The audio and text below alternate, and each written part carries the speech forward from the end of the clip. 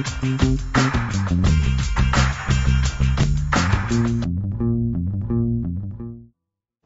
August 25th will mark the 70th anniversary of the release of The Wizard of Oz.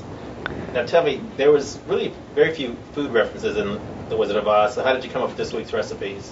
Well, this time I just had to go with the obvious for this, the lollipops. You know, the Lollipop Guild it's such a famous part of the beginning when she first lands in Oz, so I decided to do a couple variations on a lollipop. Is it hard to make candy?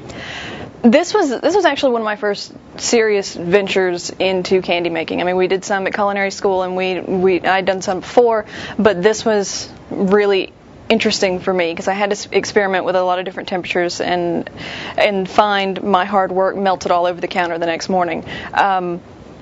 Depending on how hot it is where you are, how humid, you know, you're going to have different results. Overall, it's not terribly hard. It's just going to take some patience. You know, it's going to take a good full afternoon for you to do this. But it's fun. It is. It's interesting, and I think you can learn a lot from it. Tell me first, the Lollipop Guild swirled suckers. How do you make those? Well, those are starting with a basic hard candy recipe, and then you're going to flavor and color the different batches. Then you twist them up. You make ropes like you would out of Play-Doh or something, and then just experiment with different shapes and different designs and color combinations. If you want to do different flavors for each color, you can. I wouldn't really recommend it because if they're all swirled in there together, you're going to have a mixture of like your strawberry and your peppermint or whatever it is you're going for, which, you know, maybe you're fine with that, but either way, you want to do in separate bowls. Try to work quickly.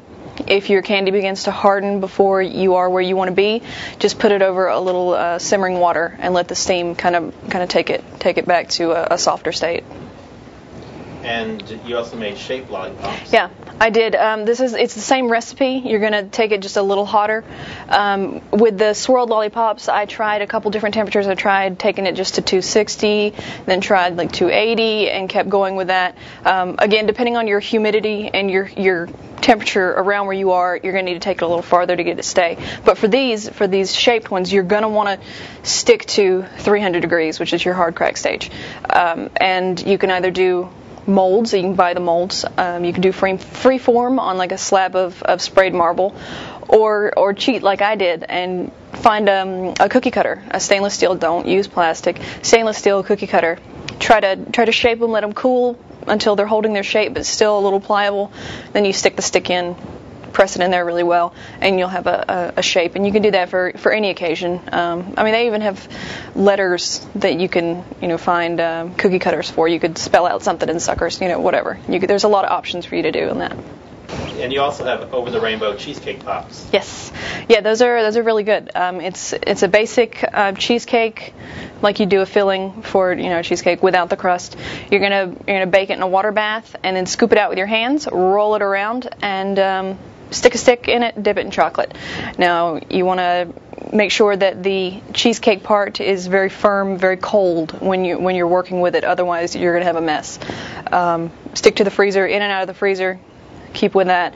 Instead of lollipop sticks for any of these, I use bamboo skewers because they're cheap. They were like $1 for 100 of them. You want to put those into the cheesecake after they've been frozen for just a little while. Otherwise, the ball that you just carefully rolled will just smush. You're going to heat the chocolate with some butter. And it makes the chocolate a little more stable. If you just heat the chocolate, it can seize up very easily if any water is introduced to it. So this makes it a little easier. Melt the butter with the chocolate, make sure it's really smooth, and you can dip the pops in there and then straight into whatever kind of topping you'd like. I use sprinkles for the rainbow effect. You could use cocoa powder, cocoa nibs, different kind of crushed nuts, whatever you'd like. Sounds good. It is. Thanks. Thanks.